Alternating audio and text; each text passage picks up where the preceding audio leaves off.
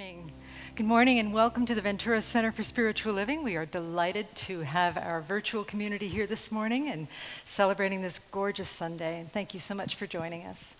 I'm going to go ahead and turn it over to Lonnie Cassidy, our board president. Welcome. So Bonnie, I love how our flat choir has expanded. Yes, we have a little bit of a distraction there. Oh boy, and oh my goodness, Jessica, so excited to have you with us. And guys, just settle in, get that coffee and tea and your little pups or kitties, and we're going to have a great morning. And so glad that you can join us. So welcome. Thanks, Lonnie. Guess what, Joan? Now it's your turn. Why don't you come on up and pray us in, girl? I'll have the practitioners and the ministers stand with me. Help me pray in. Taking in this deep breath, this breath that is all spirit, absolutely knowing there is just one life. That life is God's life. That life is my life right here, right now. As it is my life, this life of love, beauty, forgiveness, graciousness, greatness. All of this is spirit and so much more as we unify with all of these characters.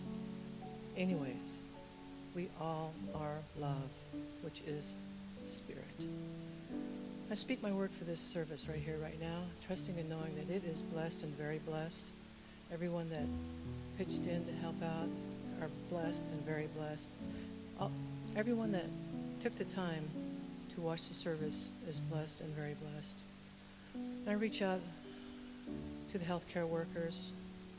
I reach out to the first responders. I reach out to the caregivers. I reach out to everyone that is helping somebody else. Blessings to each and every one of them. I just know that this service is blessed with the music, with the musician, with our beautiful Reverend Bonnie speaking words of wisdom, something I really want to hear today.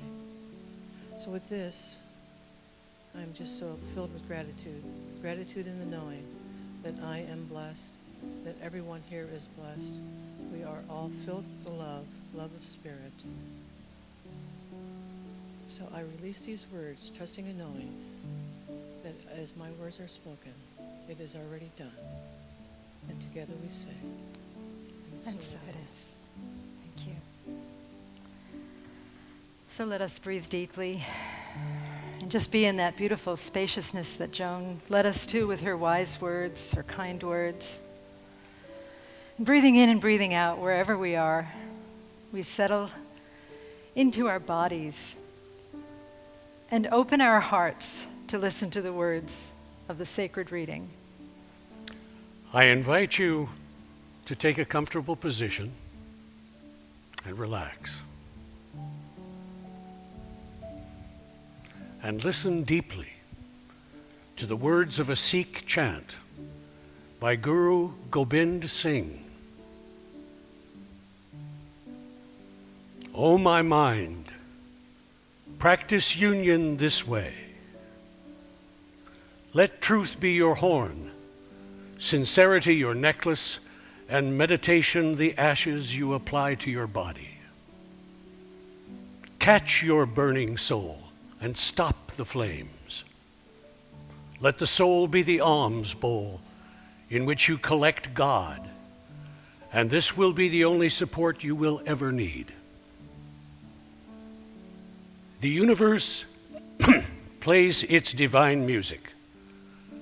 The sound of reality is shrill, but this is where God is.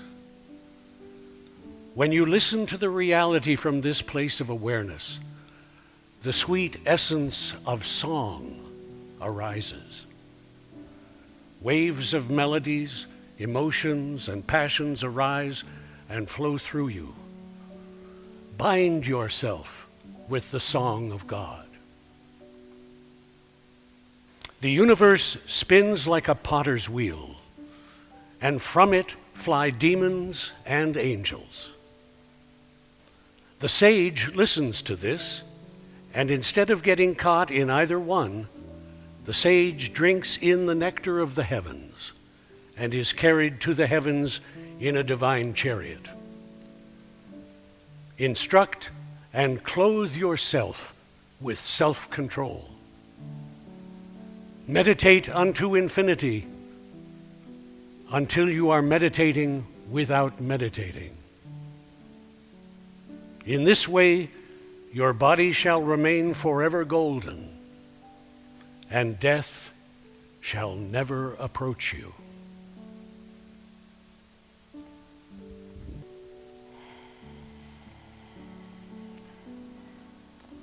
And so we breathe into the resonance of those words, allowing ourselves to be filled with the presence of love, of God, of spirit, whatever it is we choose to call it. Breathing in and breathing out, slowly, reverently, with devotion. And then inhaling deeply and exhaling, opening our eyes in love and in service to what is, as it is, and so it is.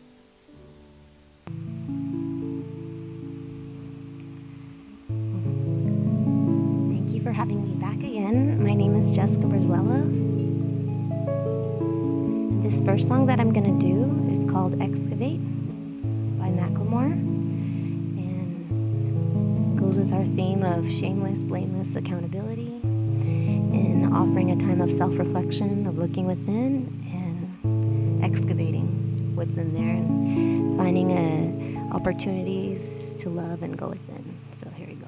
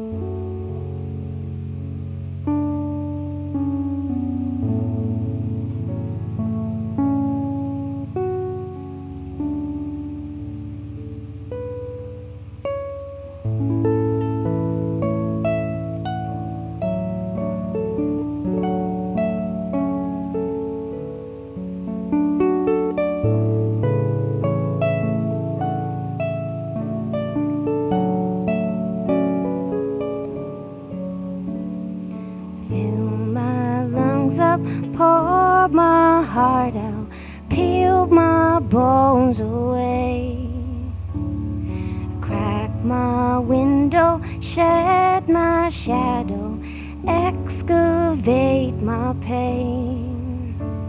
If I could read this world, my notebook, and these thoughts in it, would they love me or judge me for what I've written? Trying to get closer to spirit that enters the body. It's like the vessel and I'm not in it. In 50-something years, I won't be here. There'll be some kid with some headphones covering his ears, walking around the hallway, dreaming of ideas, find himself in the sound, cause music is a mirror. What you looking for? Where you heading towards? What's your worth when they mention yours? When you leave here, are you stepping forward? When they question your intention, will they get yours? They're gonna mention yours. They're gonna question yours. I've been a rock bottom and I'm heading north. If you don't love yourself, what's the respect for? If you don't love life, the check won't correct yours. Excavate.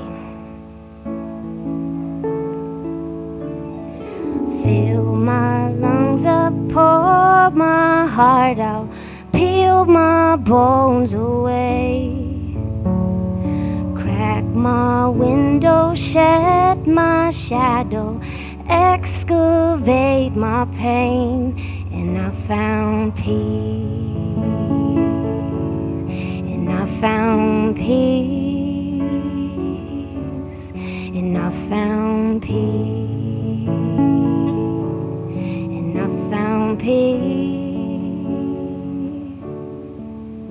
I had this vision of my death, surrounded by people I love and respect, and a baby blue Cadillac hearse driving me round the block that I rep. The greatest fear I've ever kept is dying with regrets, like I did I leave a place for the rest? Did I leave a better place for the rest? My greatest achievement isn't the dollars. My greatest achievement isn't the followers. My greatest achievement isn't the accolades. My greatest achievement is my daughter. Waking up in the morning, being a father. watching the light kiss her eyelids, hearing her sing along the chants and being like, yeah, that's my kid. The light started to glow and the coal train started to blow. Tender lane in the snow, turn on my headphones, only got a couple road till I run out of road. Pour my lungs out, pour my heart out, peel my bones away. Crack my window, shed my shadow, excavate my pain, and I found peace. And I found peace. And I found peace. And I found peace. Hold me up into the light and study every part of me. I'm an open book, no, I don't mind, but sometimes I'm hard to read. Just flesh and bones, I'm heading home, but this life is so hard to leave. So who am I when they shut the lights and nobody's watching me? Hold me up into the light and study every part of me. I'm an open book, no, I don't mind, but sometimes I'm hard to read. Just flesh and bones, I'm headed home, but this life is so hard to leave. So who am I when they shut the lights and nobody's watching me excavate?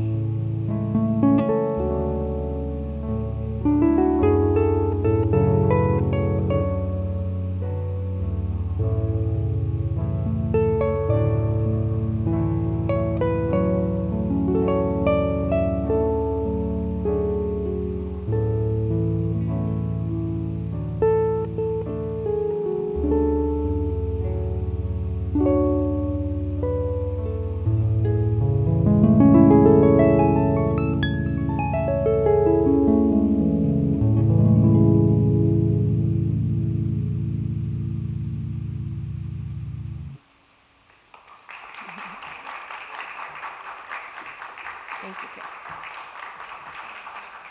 Jessica, thank you, Chris. Beautiful song, thanks so much. Yeah, feeling the peace. Sometimes, right? Not all the time. I was just talking with some folks back in the social hall about how this thing that we're experiencing, this pandemic, has gone on so much longer than we might have anticipated, and we don't, really know when the end in sight is. So I hope that's a comfort to you. But I know that we as a spiritual center and many of us made personal decisions that were based on, this will be done in a couple of months and then we're good to go. Not so much. And I've noticed that with some of this this uncertainty that I've been speaking about pretty much at great length for the last couple of weeks, because it does seem to be a theme that's arising for a lot of people. But I've noticed another theme arising with this uncertainty, kind of a byproduct of it, and that is grumpiness. Has anybody besides me, maybe it's just me, but has anybody noticed that people seem kind of grumpy right now? I'm looking over here where there's a few people sitting. Okay, Chris, all right. You okay in the back too? All right. So there's I think anxiety sometimes leads to fear and grumpiness. It manifests as grumpiness. When we lived in the South, we used to say, well, she done got hit by the ugly stick. Because in the South, ugly means grumpy or mean-spirited. Also ill means mean-spirited, like ill-tempered. So she's really ill today. Doesn't mean she's sick, means she's grumpy. So I've been using my Southern vocabulary quite a bit lately because there's grumpy people all over. Okay, enough about that. So one thing that I've noticed, and I can't say that I've been particularly grumpy about it, but I've been speaking a lot to the issues of the pandemic and some of the stuff that's happening in the world, and every Sunday I feel like, I did pretty well, but I didn't quite get where I wanted to go with it. Because really where I want to go with it is a mystical place, a place that is beyond the ideas of right doing and wrong doing, and a place that abides not only when we're done with this business, but is in this business that we're in right now and always. So I was thinking about that, how I feel like I haven't quite done the job I want to do up here on Sundays for the last couple of weeks. And then I was listening to my friend Alexa, who entertains me at home quite a bit, and she kept singing this song, this Sanatam Kaur chant, and she played it like 6 times without me asking for it. And I thought, well, that's probably a sign, that's probably a sign. I should probably look up the translation of that chant. And by the way, I love that chant because when it plays, I go into a zone. I miss meetings, I miss appointments because I'm listening to the chant and waiting for it to turn to a minor key. So, there's this draw that I have towards this chant. So I looked up the translation, and that was what Hugh read for the sacred reading, because I'm like, oh, that's what I want to convey. Yes, that is what I want to convey. Where we use our whole self, our whole soul as an alms bowl for the divine, where we allow the divine to pour into us, and that's all that we need. And when we recognize that the voice of reality is shrill, but guess what? God is there too. The voice of the pandemic is shrill, but guess what? God is there too. God is there in everything. And the idea that we wrap ourselves in song, and that we the song of the universe means one song, and we wrap ourselves in that, and we meditate into infinity until we meditate even when we're not meditating. I don't even know what that means, but I think it's super cool, and I love it. I love it. This is the kind of reality that we're going for. And if you are willing to take this leap with me, it would make me so very happy. But don't do it for me. Do it for yourselves. Do it for the well-being of the world. Because in all of the stuff, in all of the chatter that we hear in the world, this aspect is missing, this spiritual aspect of that which is beyond the ideas of wrongdoing and right-doing, Rumi's field. And so that's what we're here to do. That's what we're here to accomplish. Funny though, what I noticed in that reading that Hugh did, there was one line that went kind of like, that's interesting. She suggested that we clothe ourselves in self-control. Now she's talking about an ecstatic universe, an ecstatic world. I keep saying she because Sanatam Kaur sings it, but it was actually given by a male guru. But she's talking about an ecstatic world, but yet we clothe ourselves in self-control. And it reminds me of what I think about freedom, that freedom is achieved through self-discipline, which is a paradox. And perhaps ecstasy is achieved through a certain amount of self-control. And so today, I'm hoping that I will find the words to help us explore a particular subset of self-control, something that we may not want to do, that I may not want to do, and that is to practice the self-control of blameless accountability.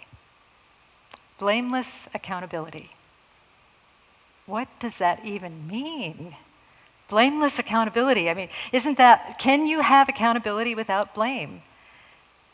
Isn't blameless accountability an oxymoron? And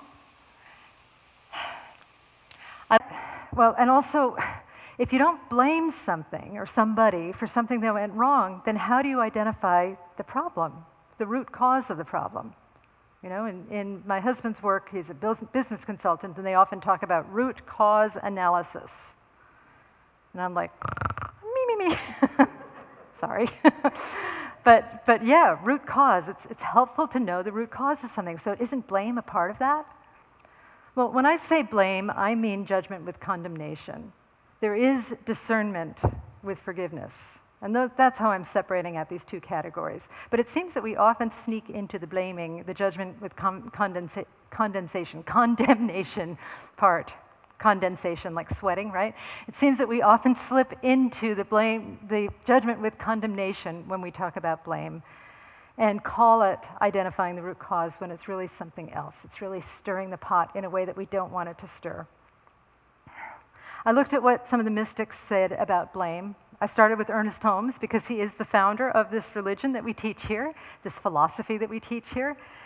I looked in the concordance for the Science of Mind textbook, and oddly, the concordance of the Science of Mind textbook does not have the word blame in it. It goes right from bladder to blasphemy. Now you figure that out. I don't know about that. But I did look up what the bladder part. And Guess what causes bladder problems according to Ernest Holmes? Blame. Well, something like it, you know, blame or judgment or that type of thing. Irritability with others. Oh my God. I gotta leave. No, I'm kidding. So he doesn't talk a lot about blame, but he does certainly talk about accountability. Accountability, he uses the word responsibility more, because the whole crux of the science of mind teaching is that we are responsible for our reactions to things. We hold ourselves accountable to the quality of the thoughts that we're thinking and how we choose to relate to reality. And we're often relating from a place of ego to reality. But if we are accountable, if we are responsible, the quality of our thoughts always affects the quality of our lives, of our experience.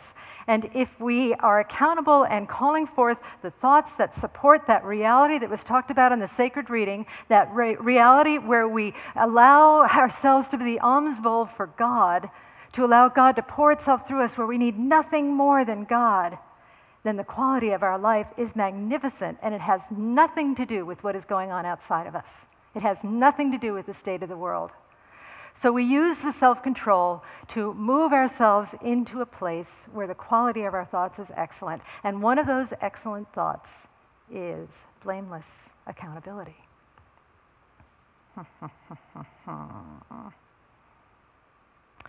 I looked up a little bit about this in terms of other, I looked on the internet, on Google, to see if this was even a thing, if anybody was using this term, blameless accountability. And what I found was that a lot of businesses right now are creating what they call a blameless culture. And what they find is that if they are reluctant to blame people for mistakes, then people are much more open about the mistakes that they make, and they can be corrected. And individually, don't you feel that that might be true for you or for me or for any of us, that when we think that we're going to get blamed for something, we tend to want to hide it, right? I know I've done that. I don't think I'll give you any examples, but I know that I've done that, because that wouldn't be hiding it anymore, would it? But there is this thing of when we're afraid of the consequence, we don't become open. And if we're doing blameless and shameless accountability, as our lovely harpist said, then there is a much more forgiving. We're stepping into forgiveness, where, and it's said in the business model, that we can move beyond the person and start examining the process, and start seeing what is wrong from a root cause analysis position, where it has very little to do with the person and much more to do with the process. And the same thing is true for us. Because, in this teaching, we believe that most of the work is done on the inside. We are here to work on ourselves, and we thank anybody and everything that gives us the opportunity. I'm quoting George Gurdjieff, by the way, by saying that, but Ernest Holmes pretty much says the same thing in his textbook, that we are here to work on ourselves, and we thank anyone or anything that gives us the opportunity. And the reason this works, we start with self-accountability, blameless self-accountability. And the reason that this works is because of another Ernest Holmes phrase that I love, and that is, your judgment judges you. My judgment judges me. We could as well say, our blame blames you. No, my blame blames me, your blame blames you. And some people wonder what that means, but if you think about it, like, I was trying to think of an example of this in my own life, and I've been doing this job now for since the days of covered wagons. It seems like it's been a long time. I've been here for about 17 years, and then I was at another church for about 2.5, 3 years. And one of the things that I noticed that ministers really don't like, and I'm the same way, is I do not like being called a hypocrite. And so I looked at that as I was thinking about this talk. Okay, what is it exactly? What is the dynamic here? And the thing is that I noticed that one of my greatest judgments about people is when I think that others are a hypocrite, and I judge them for being a hypocrite. So my judgment of others is saying it's really, really bad to be a hypocrite. So when somebody calls me a hypocrite, I say, it's really, really bad to be a hypocrite. You're a bad person, Bonnie. You should be ashamed of that. So that's how it works. That's how your judgment judges you. That's how our blame blames us. You know, and if we're moving into a place of blameless accountability, it's so much easier to say, you know what, I got to tell you, sometimes I am a hypocrite sometimes. I mean, isn't everybody, right? Stand up. If you, at home or here, if you have never, ever been a hypocrite, so that we may worship your feet. I don't see anybody standing. Okay. And if you're standing at home, you need to type into Annette and she'll tell me about it later so I can come and, I don't know, learn from you or something. Because I know that there are times when I am just the biggest hypocrite. On the way to church, doing the exact opposite of what I'm going to be speaking about, or on the way home from church, I've just given a message about something that felt so passionate and so real, and then something happens on the way home and I decide to forget all about it. I lied to Weight Watchers. I lied about how many points I had one day. Well, actually, that's a lie too. It was more than one day, you know, so it's like all the time. That's why I can't do Weight Watchers. It brings out the liar in me. And I don't know why. I'm having a meltdown. I don't know why. It's like Weight Watchers isn't going to care. God sees how many points I've eaten. Okay, so you see what it's like. You see how we are. I hope I'm not the only one. Raise your hand if you've ever lied to Weight Watchers. Oh, board president. Okay, good to know. Okay, and you all at home can raise your hands too, because God is watching you, and God knows if you've lied to Weight Watchers or something similar. Let me move on to what I had planned to say. So it starts with self-accountability, because the real work really happens inside. You know, all going through India and working with service-based, we lead by inner transformation. Gandhi, we lead by inner transformation. We act like the change that we wish to see in the world. We be the change that we wish to see in the world. And so self-accountability is a powerful, powerful thing, because it helps us untangle our judgments of ourselves and our others. And we can, if we're going to practice self-accountability, we better darn well do it in a blameless manner, or else, again, we will suppress stuff. And what we suppress tends to regress, and what we do not transform, we tend to transmit. So it's a beautiful, beautiful thing to practice self-accountability, to say to ourselves, you know what, I am a hypocrite sometimes. Or to say, you know what, I do sometimes lie to Weight Watchers. Or sometimes I'm less kind than I want to be. Or sometimes I'm impatient with people. Or sometimes people are getting on my nerves and I say things about them in my head that I shouldn't say. Self-accountability is a beautiful thing. I kind of got started on this role about self-accountability because of this process I was involved in with my friends at Service Space. I was a volunteer for a month-long study, and we had a lot of reading to do every day, and then there were a bunch of people on the call, and we interacted with them as well. And one of the women in the groups, her name was Sarah, and she introduced me to a website called, I have to look it up because I can't remember. It's a really good website, and I did not write down the name. However, the author's name, it's a blog, and the author is Mia Mingus. She's an activist, and one of the reasons that I was attracted to her writing was that she wrote, "The head shows proof. The head requires proof, but the heart just leaves evidence." Again, I'm not sure what that means, but to me it means like the head is always looking around, should I do this? Should I be accountable? Should I move into blame? Should I find the root cause? And the heart is just like, no, just do it. Just leave evidence of your goodness. Just be that alms bowl for God. The head needs proof. The heart leaves evidence. So Mia Mingus, she said this so beautifully. She wrote a blog piece called Dreaming Accountability, where she dreams of a world where everybody is accountable all the time, and that it is a joy to be accountable. I'm going to read you what she wrote. It's a little bit long, but I really liked it. And she writes, "What if accountability wasn't scary? Take a breath and let that sink in for a second. What if accountability wasn't scary? It'll never be easy or comfortable, but what if it wasn't scary?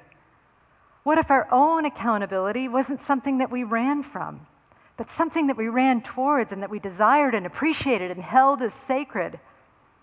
What if we cherished opportunities to take accountability as precious opportunities to practice liberation, to practice love?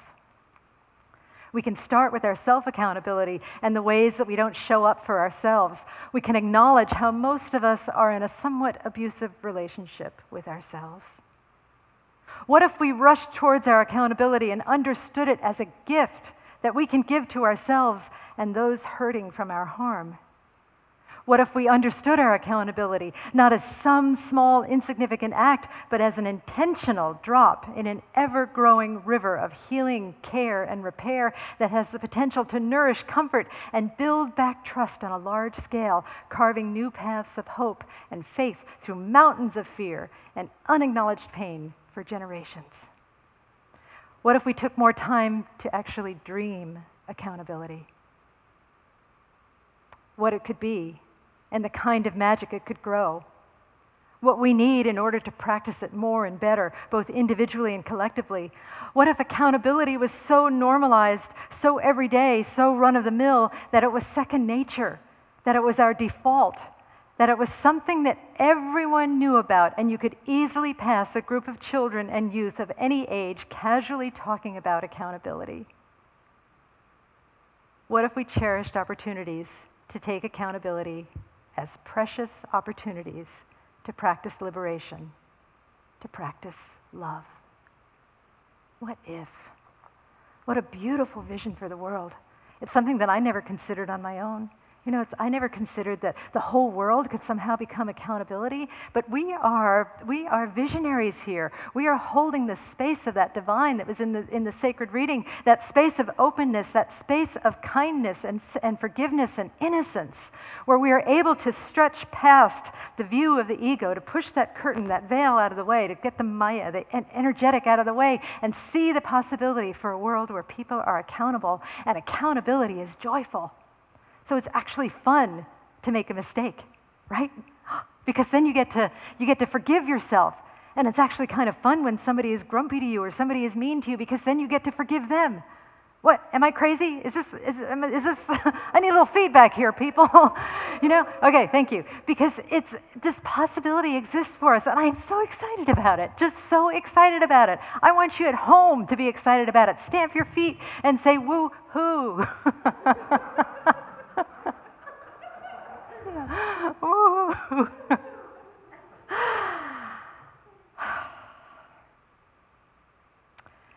You may wonder how to be accountable. And certainly it starts with love. It starts with patience, with self-forgiveness, with doing forgiveness practice every day if you can, starting with yourself, because all forgiveness is self-forgiveness. And if you forgive yourself, you'll be able to forgive others boldly and wisely and wonderfully. I also urge you not to look for the exceptions to this rule. Sometimes you have to hold a hard line with people. And so I'm going to tell you a story about something that I use a lot when I'm looking for how to be accountable. It's a story that's a true story, and it makes sense to me, and I will hopefully help it make sense to you as well as to why it works so well for as a possibility. So this story is from our friend and choir director, Mary Kerrigan, who said this story at a fundraiser for Step Up Ventura that I went to a while back when we could still gather and sing. And Mary is the program director for Step Up Ventura, which is a program that assists children with preschool that are impacted by homelessness. If children get socialization skills and basic play skills and other skills as they're little, then they have a chance of succeeding in kindergarten, and then they have a chance of making it through elementary school and beyond and beyond.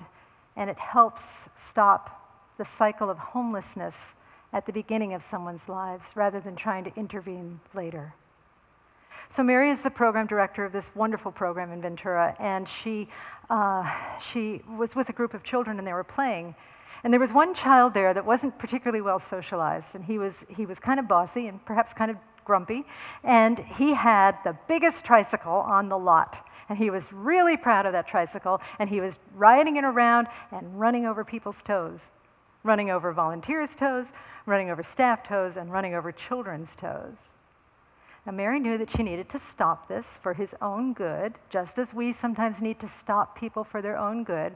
And so she went up to him and she put her hand on the tricycle handlebars and she just held it. And he said, "Let go." And she said, "No, I can't let go. I can't let you run over people's toes anymore." And he said, "I hate you." And she said, "That may be so, but I still can't let you run over people's toes." Now, Mary's pretty feisty, so she won that argument, okay? The kid didn't run over people's toes with a tricycle.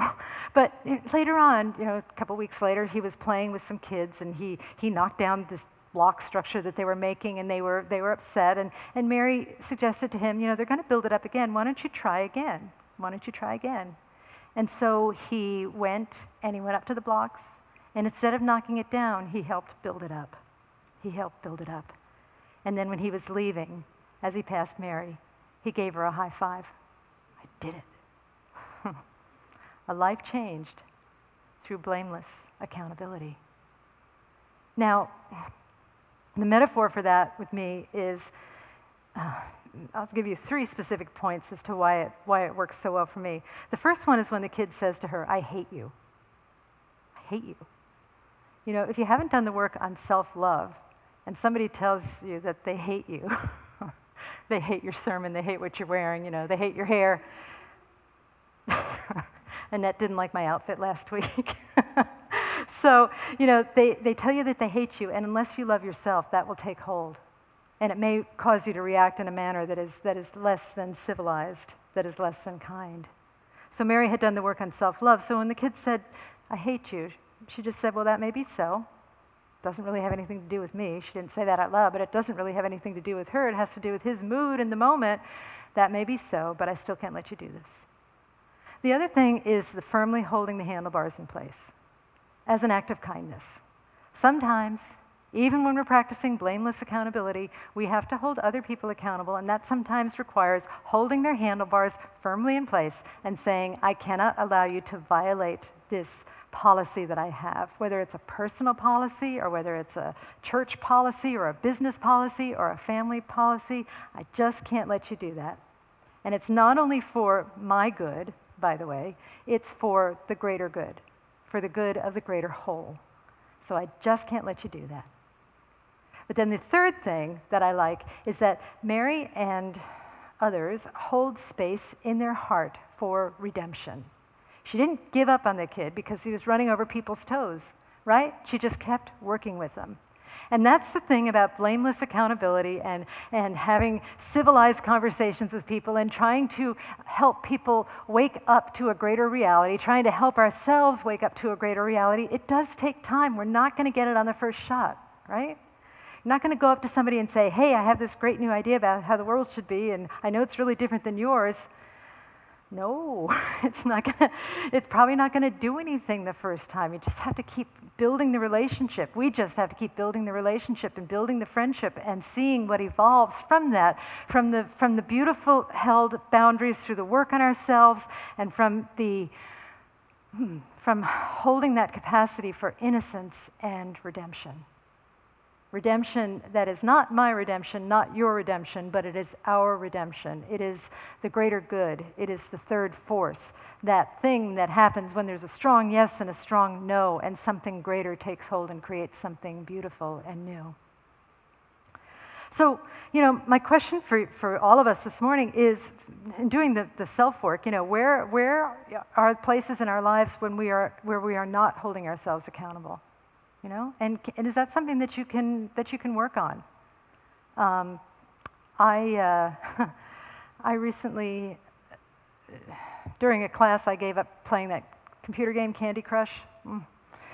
So addictive. And then I picked it up during the pandemic again because it's an addiction and I can't stop myself. But I stopped I stopped and I told some people at the church, and I said, I don't know if I can do it. And my brother Brock over there told me that he would give me like a 12-step chip if I didn't do it for 27 days.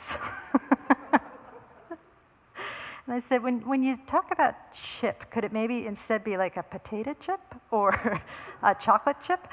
But just knowing that I'm going to get some kind of a chip, and it is going to be a chocolate chip, by the way, that I'm going to get some kind of a chip at the end of 27 days helps me not pick up Candy Crush again. So there are so many ways that we can practice accountability. And man, if we had people here, I would have us be doing an altar call, and we'd all be standing up and saying our flaws and delighting in each other's flaws and what's wrong with us and all the mistakes that we've made and all of the beautiful, beautiful things that we've done that we're not particularly proud of, but that give us such a great opportunity for, again, redemption, for forgiveness, for grace, for understanding. You see how different that is than the way the world normally thinks? So one more thing. You know, a lot of this started also because I was reading this article by Kelly Wendorf, who is, she's an equine therapist, a horse therapist. And that doesn't mean that like she, puts a horse on a couch and says, tell me why you hate your mother, your mare rather.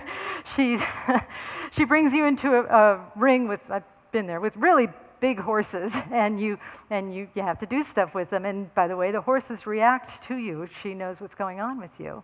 Actually, speaking of boundaries, and I use this with the dog all the time, speaking of accountability, there was a horse that kept butting into our conversation. And she said, next time he does that, I want you to put your hands on his chest and say, your place is over there, and push him back. He only weighs like 20 times more than I do, but I did it and it worked. So I do that all the time. I do it with people in the church. It doesn't work very well with them, but no, I do it with my dogs, actually. Your place is over there. Again, not blaming you, just telling you where your place is, okay?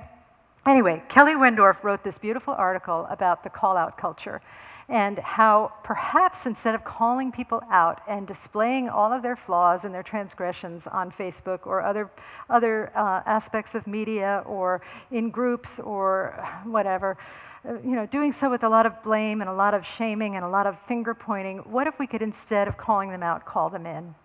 Call them in. And the way that she describes calling in is this. She says, calling in for me is an internal posture of bringing someone towards what I know is good and right and true. Rather than a sense of sending someone away to their proverbial room, it feels more like an invitation to join something bigger than me or them. It's like sitting on a picnic blanket in a lush open field and patting the ground next to me and saying, hey, you over there, you look really hungry. Come on over here and share this really amazing meal with me. It's that kind of feeling. And it requires that I come from a space of love and presence and deep trust in what I'm inviting them into.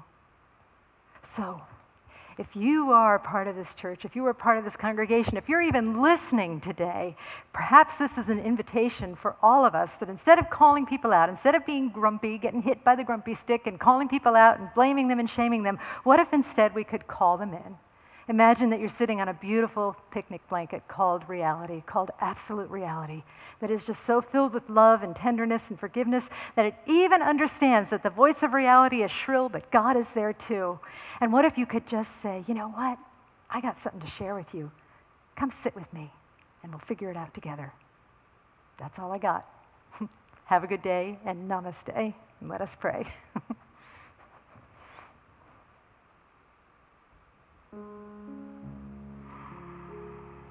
And so I turn within and trust to know that there is this beautiful reality, this reality that is beyond what my words can form, what my mind can even imagine. But the words, the mind, the heart are pointers to it. Our actions are pointers to it. And so we open up to receive that, which is an energetic impulse of the grace and the goodness of all that is. The grace and the goodness of God, of love, of being, of presence. And we know that this is who we are because we couldn't be anything else. We are the life of God, the life of love, the life of spirit. Moving here, peeling past the layers of the ego that are just so beautiful and so supposed to be there, but so that we can discover something beyond them.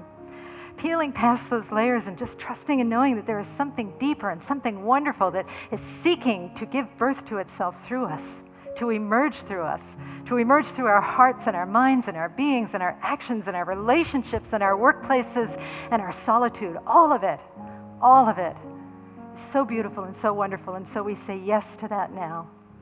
We say yes to that. We say yes to lives of sweetness and lives of grace, lives where we are forgiving and forgiven, for the two go together, lives where we are blameless, where we accept our own innocence and the innocence of others, lives where we still have accountability, but it's accountability offered with love and kindness and tenderness. How beautiful it is to resonate with all of this and to know that it's true. And even if we don't know how to do it yet, we know that God knows how to do it. And if we get out of the way, Spirit, love, will do this work through us. Moment by moment, bit by bit, we'll fall down. We may fail at times, but that'll just give us more opportunities to practice self-accountability and look at how we can be the best possible alms bowl for Spirit that we can imagine. And so I'm just so grateful for this powerful spiritual truth, so grateful for this spiritual center, so grateful for the love that is, so grateful for the transformation that I know is happening right here and right now through all of us.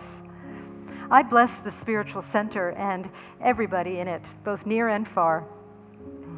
I bless churches, temples, synagogues, mosques, ashrams, atheists, fundamentalists, agnostics, all paths, all beings, for all beings are a blessing. And with a heart that is so filled with love and gratitude, I say thank you, Spirit, thank you, love. And I release these words into the divine mystery. And together we say, and so it is. Thank you. All right. So this next song here, this last one, is it's a piece of music based off of Sojourner by J. Cole and Rhapsody. And I wrote my own lyrics to it. I wrote my own rap to it. Around this time last year, I took a class, Building a Healing Consciousness, and it helped me as I was training for triathlon, because in 2016 I got in a bad accident, and it just left a bad taste in my mouth, that stuff. So I was going back for it in 2019, and I think part of it is, along with the physical training, there's spiritual and mental training that goes with it. So this really helped me reshape the past. And alongside of that, I was in school and had to do a project on when I felt marginalized or disenfranchised. And again, reframing the past, reframing these things, and not blaming anything, blaming whatever, parents, blaming, this person or this event. So just kind of taking time to look in and creating a greater reality. So it's called Sojourner.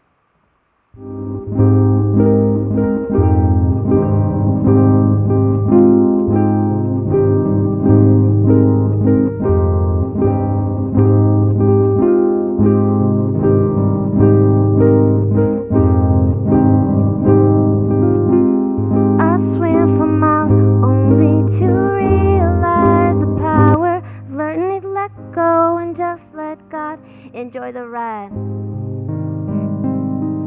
Ooh, from here on out, I've got to realize the power of learning to let go and just let God enjoy the ride.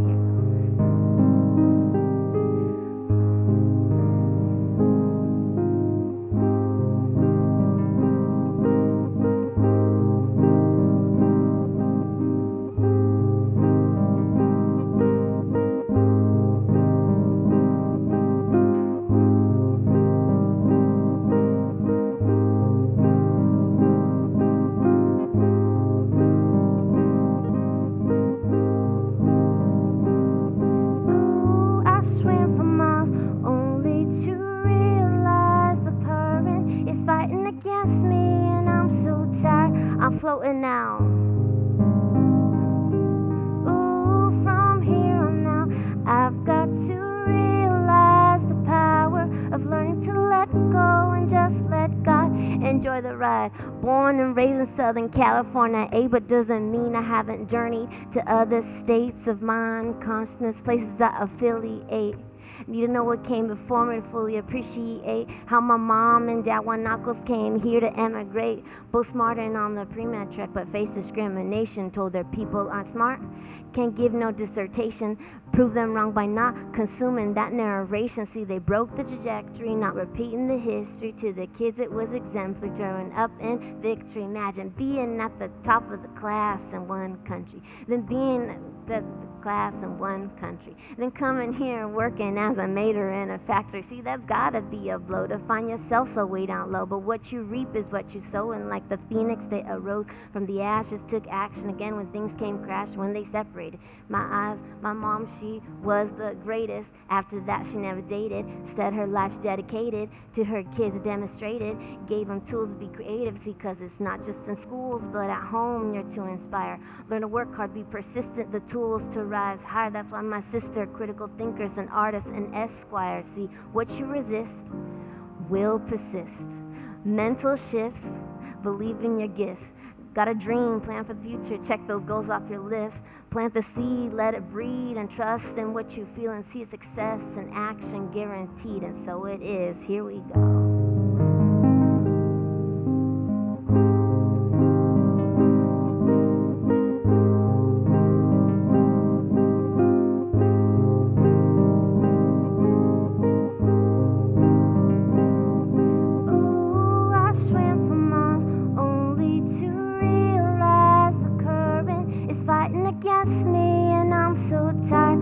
Floating now. Ooh, from here on out, I've got to realize the power of learning to let go and just let God enjoy the ride. Swim good, enjoy the ride. Every time I rise, I thank God that I'm alive. Yeah, swim good, enjoy the ride. Every time I rise, I thank God that I'm alive. See, this is why you have to believe in the things that you do not always see. Call it God, the universe, or whatever you please. Yeah, it's working right inside us just to give us what we need. Yeah, swim good, enjoy the ride. Every time I rise, I thank God that I'm alive. Swim good, enjoy the ride.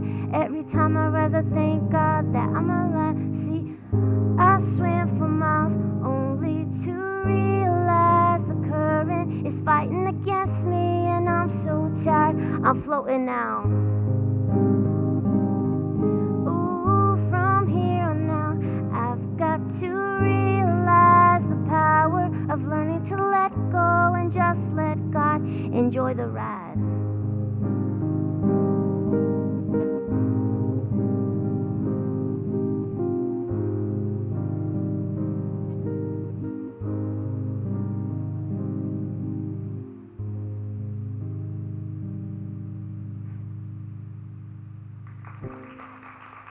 Thank you, Chris. Thank you so much for joining us today, and it's just such a delight to know that you're out there watching. And please join us next week. Come to meditation, and we'll just close with prayer. And I just wish you a beautiful Sunday and a great week. So let us pray. Divine Spirit, thank you so much for this beautiful time that we've had together. We trust and know that we are just moving through this interesting time of history with your grace and your power and your presence. Just trusting that you change us into the kind of people that can be truly transformed and transformative, that we are making a huge difference in the world through our spiritual labors, and that we are those changes that we wish to see in the world. How wonderful it is that our community is strong and stable and supportive of one another. We're just so grateful.